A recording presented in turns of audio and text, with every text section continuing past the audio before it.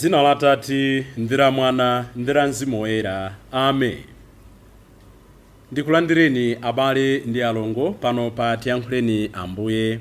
Lero ndi lachinayi timakondwerera moyo wa Andrea oyera Mpostoli amene ali ndi maphunzitso ambiri m'moyo mwathu. Koma pachiyambi pomwe tineneretu akutipempha, akutiphunzitsa, akutikodola kuti tizikokera ena kwa Yesu Khristu. Mawu athu oyamba akuchokera mkalata ya Paulo yolembera Aroma mutu wa 10 ndime ya 9 kulekeza 18. Amene akutiwerengera mawu oyamba ndi brother Matthias Gabriel Chiwaya kuchokera ku Pretoria mdziko la South Africa. Ndipo salimo yathu ya tsiku la lero ndi salimo namba 19.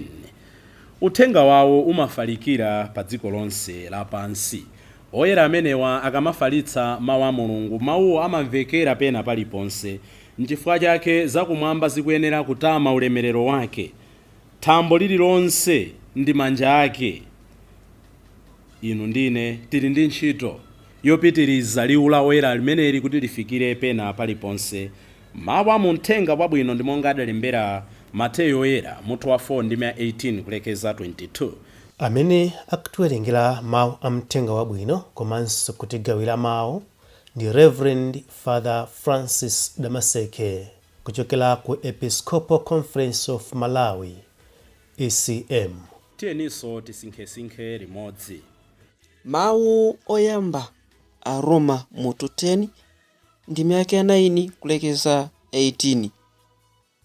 Ngati uvomereza ndi pakamwa pako kuti Yesu ndi Ambuye ndipo ukhulupirira mu mtima mwako kuti Mulungu adamuukitsa kwa akufa, udzapulumuka. Chifukwa munthu amati akakhulupirira ndi mtima wake amapezeka wolungama pamaso pa Mulungu. Ndipo amati akavomereza chikhulupiriro chakecho ndi pakamwa pake amapulumuka. Paja malembo akuti munthu aliyense wokhulupirira Iye sadzachita manyazi. Choncho palibe kusiyana pakati pa Ayuda ndi anthu a mitundu ina, pakuti Mulungu ndiye Ambuye a onse ndipo amadalitsa mowolowamanja onse otama dzina lake mopemba. Ndi monga momwe mawu a Mulungu anenera kuti aliyense amene adzatama dzina la Ambuye mopemba adzapulumuka. Kodi anthu angatame Mulungu bwanji mopemba ngati sadamukhulupirire? Ndipo angamukhulupirire bwanji ngati sadamve za Iye? Ndipo angamve za Iye bwanji ngati palibe wina wolalika? Ndipo anthu angalalike bwanji ngati palibe owatuma? Paja mawu a Mulungu akuti n'chokondweretsa zedi kuona olalika Uthenga Wabwino akufika.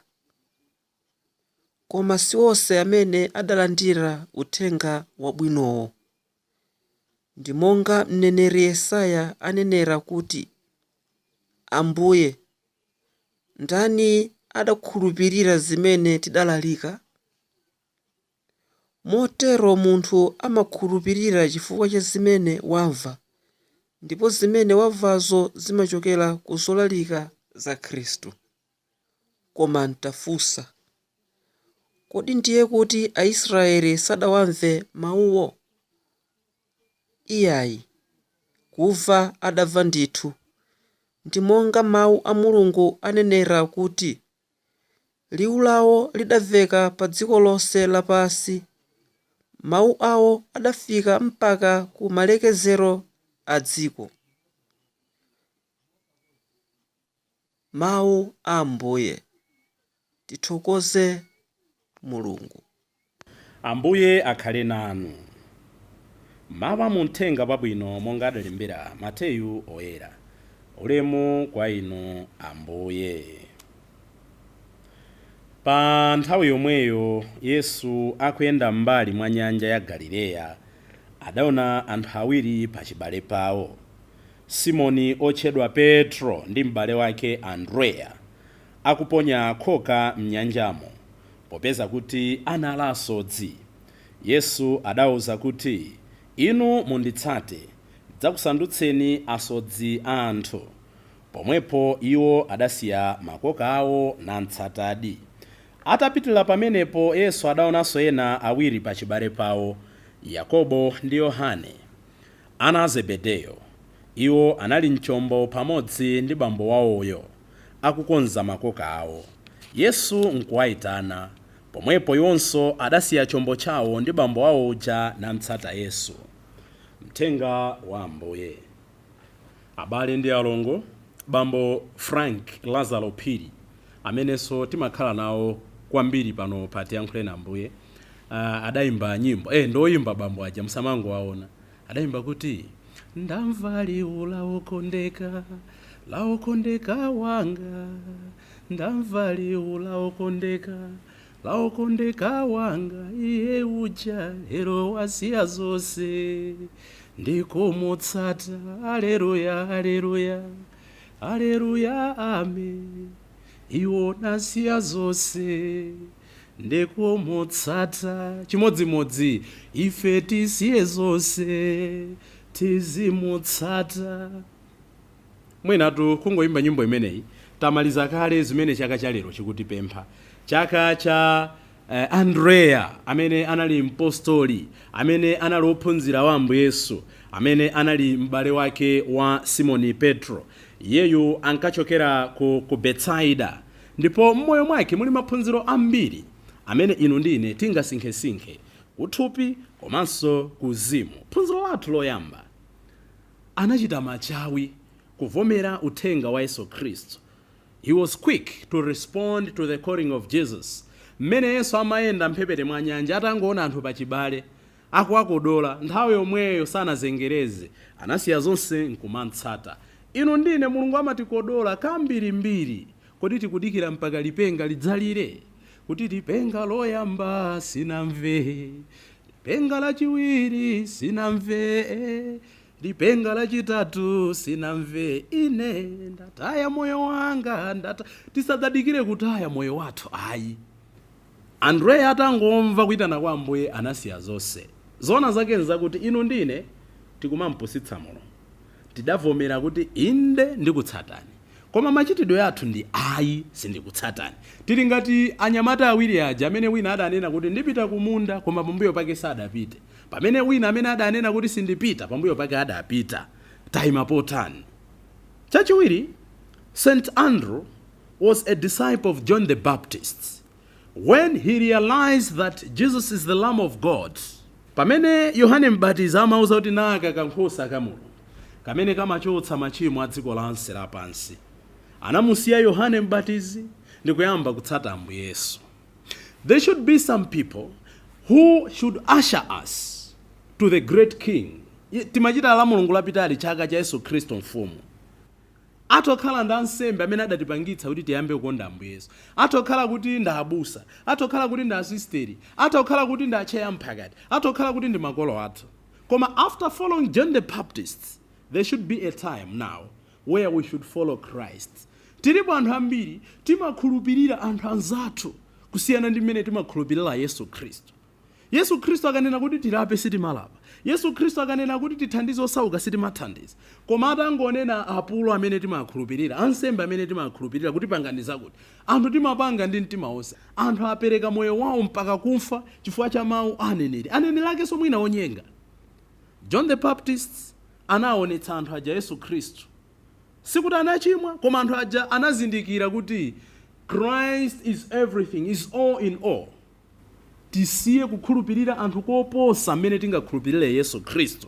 Ifenso atsogoleri tathandize ena kuti aone demarcation, kuti ine ndinkupa mame chabe. Monga amanena Yohane Mbatizi, ifeyo tizichepa Yesu azikula. Nchifukwa yake Andrea was able to follow Christ, chifukwa John the Baptist anawaonetsa. Ino ndine timakhulupirira ndani? Ena timakhulupirira akazi athu koposa kusiyana ndi mmene timakhulupirira Mulungu. Ena timakhulupirira amuna athu kusiyana ndi mmene timakhulupirira Mulungu. Ena timakhulupirira ansembe athu kusiyana ndi mmene timakhulupirira Mulungu. Ayi, tisatero ayi. When he realized that Jesus is the Lamb of God, he took his brother Peter to Jesus. Kana atengera nzake kwa Yesu ndani. Koma tikuona kuti Andrea anapita kwa Yesu Kristu moperekezana ndi m'bale wake. Ndimachita chidwi ndikamayang'ana list ya oyera onse. Mukamva kuti Felista amaenda ndi Perpetua. Mukamva kuti Cosmas amaenda ndi Damian. Mukamva kuti Yohane amaenda ndi Paulo. Oyera ambiri amaenda awiri. Phunziro ndilonena kuti monga Andrea amaendera ndi Petro ndi Simoni m'bale wake, chipulumutso ndi nkhani yoperekezana. Ambiri timaganiza kuti bola zanga zili tayale, ine sindipha, sindiba, sinditukwana, sindinyoza makolo, basi timaona kuti zonse inde zitokhala zili bwino. But remember to bring others to Jesus. Yohane Vianney oyera amanena kuti wansembe sakafika yekha pamaso pa Mulungu. Ngati wansembe akafike pamaso pa Mulungu akakhala mkati mukake kamene akabweretse. Komanso kunena kuti ngati wansembe akafike ku Jehena sakafika yekha. Meaning zimene ndimapanga mmoyo uno alipo anthu ena amene ndikafikitse kumene ndikafike. Tipemphererane wina ndi nzake. Monga Andrea anamtengera Petro kwa Ambuye Yesu, ifenso tizatengera ena kwa Yesu Kristu. Komatu si Petro yekhayo anamtengera kwa Yesu Kristu ayi. Pamene Ambuye Yesu ankachita mirakuli yodyetsa anthu 5,000 paja, Andrea ndi uja ananena kuti pali kanyamata pano kali ndi nsomba komanso bread. Anapita nazo kwa Ambuye, anazichulukitsa. He was able to point things to Christ. Pamene Ayuda ena, Agreek ena anabwera kwa Yesu. Tikawerenga mthenga wa Yohane chapter 12 ndime ya 21, 22, 23. Timamva kuti anthu aja mawu amene ndimakondanso kwambiri. Sir, we want to see Jesus. Anthu aja anampeza Filipo. Filipo anapita kwa Andrea. Filipo ndi Andrea anatengera anthu aja kwa Yesu Kristu. What are you doing to take others to Christ? Ulaliki wangawu chikhale chida chowatengera ena kwa Yesu Kristu. Ndidzakhala otembereredwa ngati ulaliki wanga ukuachotsa ena pamaso pa Yesu Kristu. Kumangolalika ndi zandale, zodzetsa anthu mipatuko, zonyoza, zobweza anthu tinakangana uko ayi. Ngati kwa yanu ikungoyimba nkhani zoti ena zingodzimvera chisoni m'malo moti azindikire machimo awo, kwa isakhale yoyimba zazifukwa ayi. Ikhale yothandiza anthu kukumana ndi Yesu Kristu. Ucheya wanu, usekretary wanu, udindo wina uliwonse umene muli nawo mu mpingo, uwatengere ena kwa Yesu Kristu. Izi ndi zimene Andrea akutikumbutsa. Komano kuti tatengere ena kwa Yesu Kristu tikuyenera tikhale anthu odzichepetsa. Brothers and sisters, to take others to Christ, we have to be humble people. We have to experience and practice the virtue of humility. Tikamuyang'ana Andrea, ngakhale tamva kuti poyambirira iyeyo adauza Petro, adaenda pang'ono, adapeza ana Zebedeyo, Yakobe ndi Yohane. Koma tikang'ana Ambuye Yesu anapanga the inner circle of those three except him. Ambuye Yesu anthu amene amakhala nawo pafupi kwambiri ndi panali Petro, Yakobe ndi Yohane. Ngakhale Andrea ndi amene tikumva kuti anali oyamba kuyitanidwa, Andrea samachitira nsanje ena ajayi. It could have been very easy for Andrea to say, what about me, Jesus? But he didn't do that. It was about Jesus, not him. Mulungu akatitana titokhala oyambirira ofika papalishi, titokhala oyambirira ofika nsembe, titokhala oyambirira osata udindo umene usapatsa anthu obwera, unsembe umene ubwanji uyu mwampatsa udindo. It's not all about me. Mutokhala pagulu ngati gulu lathu lati yankhule na Ambuye, muthu mapereka ndalama, muthu mabweretsa anthu ambiri m'magulu, muthu mathandizira kuyankha mafunso. Mwina dzina likatchuka ndi yawo tisapanga kalikonse. Don't come tosakhala ndi chipsera mtima kuti zutheka bwanji. It's all about Jesus. Tikachita ntchito zachifundo, tikatumikira anthu, Mulungu akatikomera mtima kuti tizintumikira, in the end tizinena kuti Ambuye zikulani ife tizichepa. This is what Andrea was doing. Pamene Yesu amatenga Simoni ndi Yakobe ndi m'bale wake Yohane kukhala the inner circle, Andrea chimene amachita nkumangokokera anthu kwa Ambuye Yesu. The same Jesus who was in Andrew's company during the Last Supper, saying, "This is my body, this is my blood," is the same Jesus we receive at each Mass. May we be strengthened by the Lord to believe in him fully in our hearts, to announce him with our lips, to follow him wholeheartedly, and to bring him to others like Andrew. Yesu amene adali ndi Andrea pa phwando lotsirizira, ndi Yesu yemweyo amene akunena kwa inu ndine kuti ili ndi thupi langa, awa ndi magazi anga, monga adanenera pa nthawi imene Andrea anali naye. Ndi Yesu yemweyo amene tikuyenera timulalike ndi pakamwa pathu. Ndi Yesu yemweyo amene tikuyenera timbukitse ndi moyo wathu. Ndi Yesu yemweyo amene tikuyenera kuti tikokereko anthu ambiri kwa iye mwini.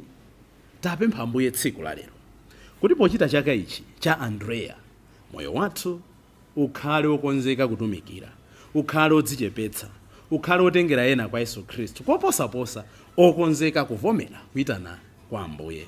Ino Andrea oyera, tipempherereni ife.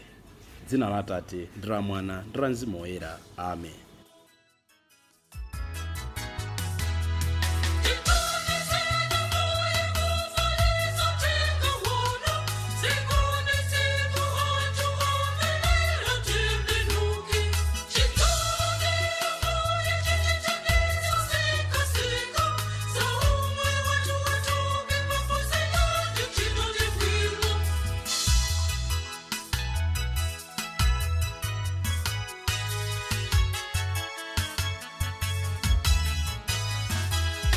Chaka.